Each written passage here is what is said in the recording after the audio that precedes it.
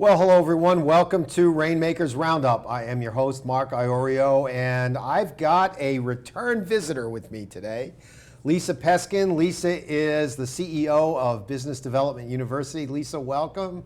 Great to have you back. Thank you so much. You look great. You look terrific. I think we're matching today, Mark. We are. We look good. Yeah, exactly. I wish you were in the studio, but next time. Sounds. Absolutely. Yeah. How are you? Doing well? Doing well, thank goodness, yes. Good. Good to hear that. So last time we chatted was a number of years ago, and you started Business Development University quite a number of years back, Lisa, and things are going well for you, right? Talk about how things are going for BDU and some of your great wins over the last couple of years. Well, I started this company in 2003 with the sole purpose of helping individuals, sales teams, and companies grow their sales revenues. Yep. And it's truly my passion. And when I started this business, someone told me, go into business not to make money, but to figure out how to help as many individuals as you possibly can. And I'm thrilled to say that this past year, even with the COVID, was our best year ever. And we've been able to help so many people, whether it's the entrepreneur who just closed a $687,000 opportunity after just working with us for a couple months, or the sales rep that had an engineering background that never knew sales whatsoever. First year did fair, and last year was 130% of quota. So having those quantifiable results is so exciting on our end. That's great. That's good news. I mean, they're great testimonials, and you can see that you're passionate about helping other people. And anytime you get into business, Lisa, it really is about helping other people first. And the money always follows, doesn't it? It's not the other way around like a lot of people think. And it's all about helping. So many people don't realize that nobody in this whole wide world likes to be sold anything. And I think everybody's got to stop selling their stuff. It's all about figuring out if you could help an individual or company with your product or service. That's what it's truly about. Yep, I agree. So you mentioned COVID, and the fact that that BDU has grown tremendously over the last couple of years. Good for you. That's great news. But how do you think COVID and the pandemic, Lisa, has changed the way people sell? And you can't knock on doors anymore, or hopefully we'll get back to that point.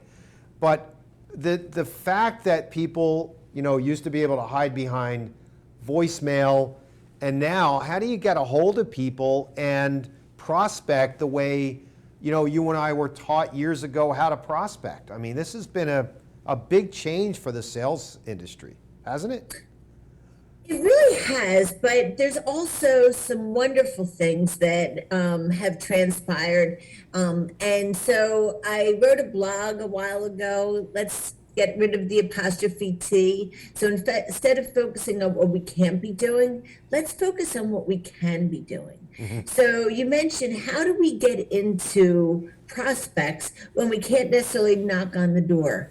Well, I truly believe that it takes anywhere from 8 to 12 touches to get in touch with somebody and to get an actual appointment. So many salespeople, when they were used to knocking on the door, now they could use other things. They could call, they could email, they could use LinkedIn. Now LinkedIn has the ability to have a video. And by the way, a lot of our clients are using video right now in their prospecting, and it's even so much more effective than emails and calls as one of the steps in the process. So my recommendation and what we've been doing with all of our clients is, let's focus on what we can be doing and not what we can't be doing. Networking is a little different, but there's so much you can do with networking when you go on the Zoom calls. And the whole thing is being purposeful about what we do. And by doing that, you can still fill your pipeline and close business. Yeah, I love that approach, because being purposeful when you're making a call is so much more important than, it used to drive me crazy when you get to a point where in my business I had 15 account people and salespeople in various roles. And it would drive me crazy if I heard someone pick up the phone or send an email to say, hey, Lisa, I'm just calling to touch base. You're not calling to touch base. You're actually calling to build and establish a relationship with this person, correct? Absolutely. And what you're talking about now is the messaging. So I first talked about having multiple touches, but what I find so often is that in our messaging, we're forgetting two key components. One is referencing other clients we've been able to help out or the types of companies. That really gives us instant credibility. But the other is really talking about benefit statements. And I'm finding that so many salespeople lead with, this is what I do, I'd love to show it to you, instead of, I'd love to set up a time to find out how I might be able to help you like I've been able to help these other clients. Yeah. So that's a good segue into how you start with a client or a prospect when you begin to understand or have your prospects or clients understand the culture of selling. What is that like, Lisa, when you're sort of unfolding what BDU can do for an organization? Talk to us about this process, how you go through that. So thank you so much for asking that because it's so critical. So when I started this business, I really understood back in the days in the 90s when I ran a huge sales force for ADP that each person has their own strengths and they've got their own areas of opportunity. The same thing with sales teams, the same thing with sales companies. So I don't believe in a cookie cutter approach when it comes to figuring out how we could have the biggest impact. So what we typically do is something that we call triage. And this is a methodology that I came up with back in the 90s, which is uncovering whether it's on an individual, group, or team basis or company basis, what three areas that if improved upon will have the biggest impact on performance. Because it's often not a training issue. In fact, I have this one story back in 2015. I get a call from a gentleman. He's a sales manager. They bought another company. He says, I've got a 9-year rep. She doesn't know how to sell and she doesn't know how to close business. I'd like to send her to your 2-day sales training. Well, I said, what are you going to schlep her all the way from St. Louis to Philadelphia? What if this is not a training issue? So I said, let me just talk to her for an hour and let me try to figure this out. After an hour, it was perfectly clear what was going on with this individual. One, all her next steps were loosey-goosey. Two, she was presenting her solutions before she found out what they cared about, nor did she qualify them. Yep. But three was probably the most important. She was selling an $18,000 database of physicians to hospitals, and every hospital saying, I'm not spending $18,000 on a database. So I suggested she ask 2 more questions. How many openings do you have for how many months? Because one opening is $100,000 of lost revenue. So 2 openings for 2 months is $400,000 of lost revenue. Wow. When she started putting her solution in the context of the problem, she started selling like a crazy woman, finished in the top person in the quarter for the first 2 quarters of 2015, hit her annual quota in August and doubled her revenues the next year. Wow. So to understand how we help, we first go in and assess the situation. And we try to figure out, I look at the 5 rights. Do they have the right number of the right people doing the right number of the right things right? Once I go and figure out, or we go and figure out where we can make the biggest impact, that's where we're going to start. So sometimes it's training. Sometimes it's one-on-one coaching with the salespeople. Sometimes it's working with the sales leader. Oftentimes, so many sales leaders were the best salesperson, but they never were taught how to properly lead a sales team. And we find so many of our clients have what we call selling managers, where the leader is responsible for carrying a bag and leading people.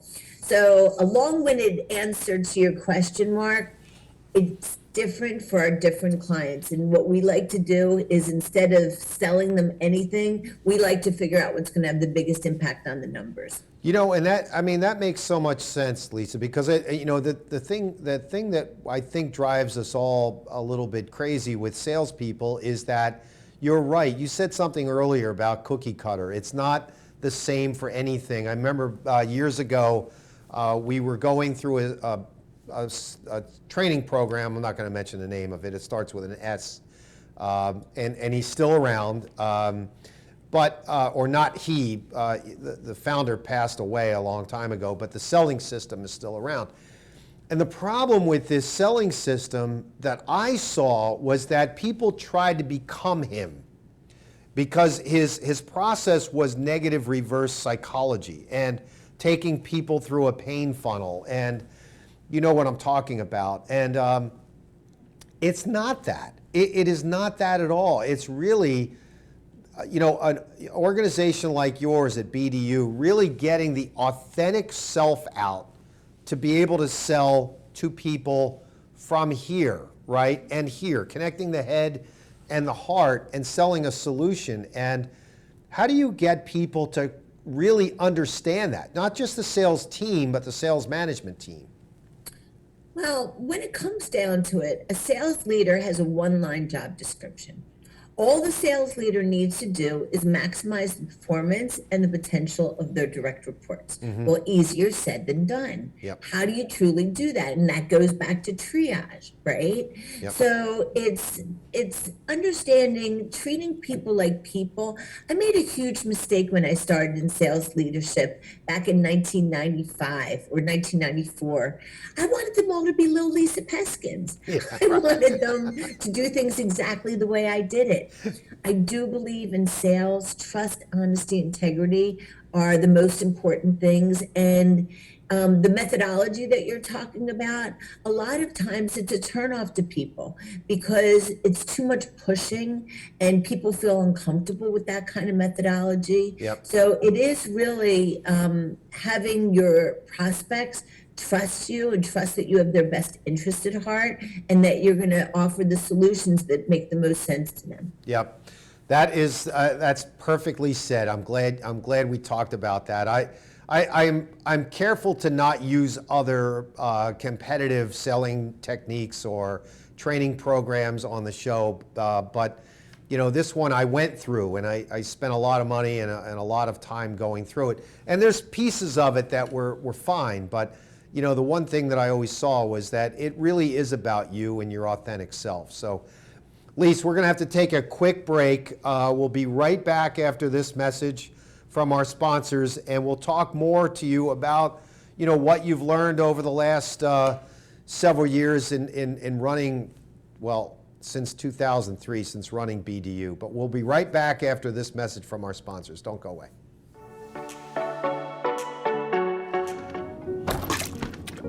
I feel bad for kicking your seat on purpose. I'm sorry for mansplaining. That's when a man... I know what it is. We should have just told you it's a boy. I wish you didn't have to hear all that.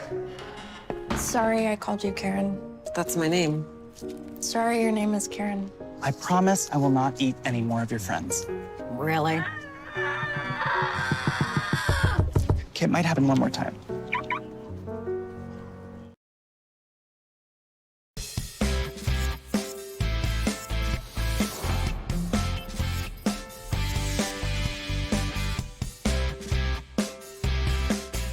Hi everyone, my name is Milton Corsi. I'm here with my co-host, Mark Iorio. Welcome to Team Talk. Team Talk's all about bringing teams together, bringing organizations together, bringing a diverse group of people together to make the organization a better, more successful organization, listening to every single voice in the organization to make it better. Yeah, our guests are going to include people from industry, people from sports, and other walks of life, and they're going to talk to us about their specific journeys to team success. Tune in on Wednesday mornings at 10 a.m. and then again on Thursday evening at 5 p.m. to watch Milton and I talk about Team Talk. We're looking forward to having you join us.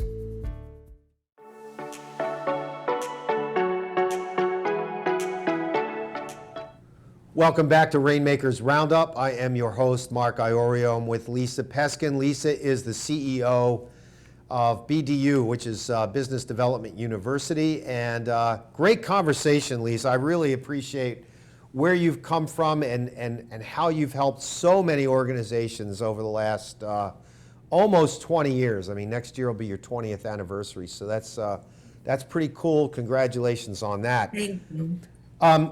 If you look back, right, on what you've learned, not just running BDU, Lisa, but as you know, when you started your career at ADP or started in, running a big sales organization, you said it earlier, you wanted people to become little Lisa Peskins. I thought that was pretty cute. But what else have you learned in terms of how to coach people? It's a little different when you're managing people, but when you're coaching people, I think there's a different approach, isn't there? Well, I'm not sure if it's different, actually. When it comes to management, there are 5 times a sales leader can impact their direct reports.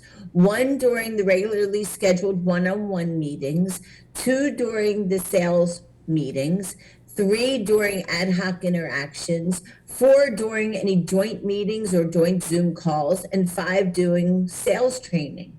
So what we're doing oftentimes is those one-on-one meetings as well as the joint meetings and the ad hoc interactions. So whenever we start with anybody or any organization, one of the things I learned back in 1986, I was selling telephone systems before ADP, is that this is a numbers game. Yeah. And so you have to understand your numbers. So when you look at your revenues, it's comprised of 3 components. It's your repeat business from your existing customers, your upsell and cross-sell, and your net new business coming in the door. Yep. So the first thing we have to look at whenever we're looking at an individual or sales team is how are we doing at retaining our existing customers, penetrating our customers, and getting enough net new business coming in the door. So that's the first thing I'm going to look at. Yep. The second thing I'm going to look at is sales process. So I look at how do they run effective discovery meetings? How are they presenting solutions? How are they closing? How are they handling objections? I look at a specific stat when it comes to process, which is close ratio. The average close ratio for business to business sales is 30%. So if their close ratio is south of 30%, I immediately know it's something going on with process. And that was what happened in the example that I gave you beforehand. The last piece of the puzzle, and I consider this half of sales success, is attitude and motivation. Am I willing to do what it takes to be successful? Am I committed to doing it? Do I have a well-defined game plan? Do I have SMART goals, activity goals and result goals? Do my numbers work on a piece of paper? And the way I love people to think about their little 30, 60, 90-day game plan is if they replace themselves with their identical twin and went somewhere else and had to tell their identical twin what to do for 3 months, what would you have them do? And so the first thing that I learned, I wung it when I started in sales in 1986. I was grinding, but I had no rhyme or reason to what I was doing. So you have to have the game plan, you have to have a good process, and you've got to have the attitude and motivation to get through what you need to get through, because half of sales success is this and this. Wow. Sometimes the motivator needs motivating, and to hear that coming from you, kind of gets me excited again about the selling process, because I started in sales in 1983 after a short career with a Fortune 50 company, and you're thrown to the wolves. You really have no,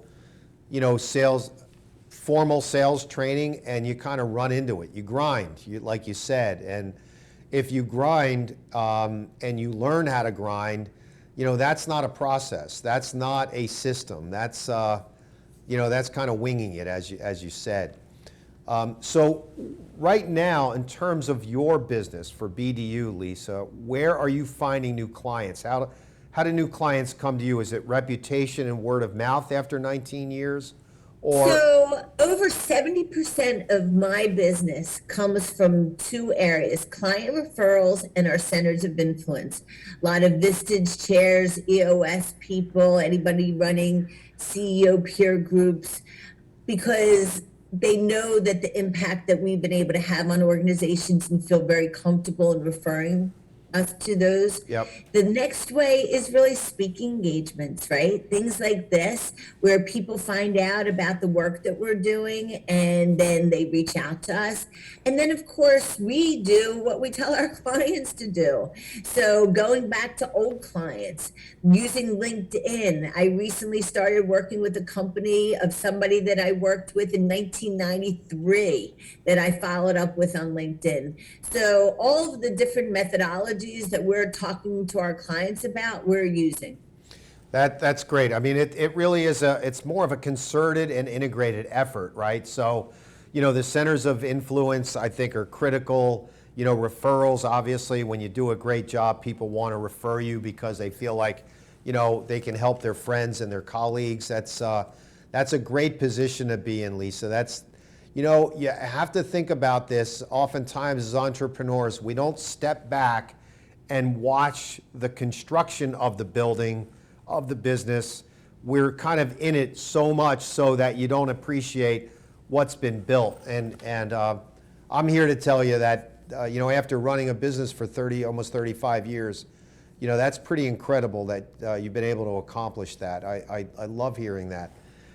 You talked about the 5 rights before, and also the 5 areas that impact sales. And I just want you to talk about the 5 rights one more time, because I think that's so important for people to understand what process they need to go through to understand how to sell and be successful.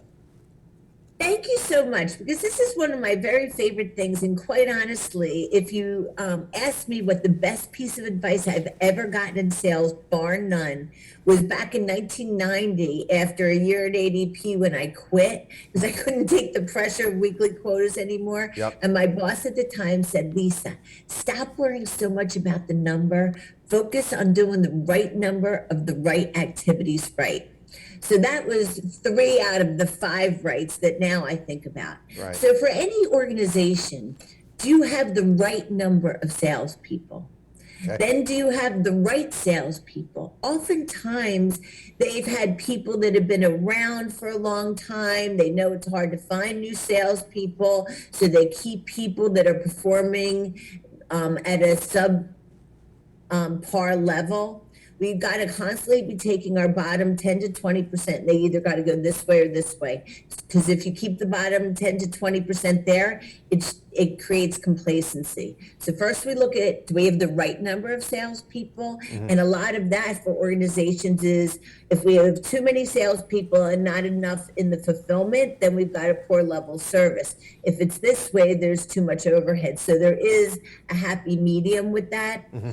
The next thing is, again, do we have the right people? So I want people that are not just average. I want potential superstars. And when we're looking for salespeople, we never hire from a pool of one, right? So we want to get those people that are going to have the potential to be fantastic. And then, are we doing enough activities? So we got to take a look at the game plan. And then we've got to take a look at, are these the right activities, right? Because a lot of times they're just doing activity for activity's sake and not necessarily the right activities. And then the last piece is, are they doing the activities correctly? So a lot of the times what we find is that they don't have a good sales process, or they're not qualifying properly, right, or they're presenting too early in the sales process, or they don't know how to close the business, or they don't know how to handle objections. So we've got to take a look at all of those areas to figure out how we could truly make an impact on the individual and company. Yeah, so that's so important too, because, when you look at, having the right people in place and the right number of prospects in place, and, you think oftentimes, and I fall into this trap myself where, you think, well, gee, I've got a few people in the funnel, that's enough. It's really never enough. And oftentimes, you start to sell before it's the right time. It's not the right time when you try to insert a close and you're really starting to build, a trust with the prospect, right? So that's great advice. I think that's wonderful. So Think back over the last 35 years. I mean, it's flown by, I know, since 1986. I can't believe that's 35 years ago, by the way. But think about what you've learned over that period of time and what you wish you would have known back then that would have helped you now, Lisa. Well, this might take a long time for me to give you a full answer, but I'll give you some of the key highlights. Okay. The first thing is there's a direct correlation between activity and results. So a lot of salespeople don't consistently fill that sales pipeline. They have enough coming in and then they stop. Well, that's what creates this, right? And the ups and the downs. The way to keep your performance steady is to keep your activities steady. And any time that I'm not where I need to be, I just increase the activities and the results end up following. Second thing is qualifying properly. So there's two types of needs. There's our needs and then there's their needs.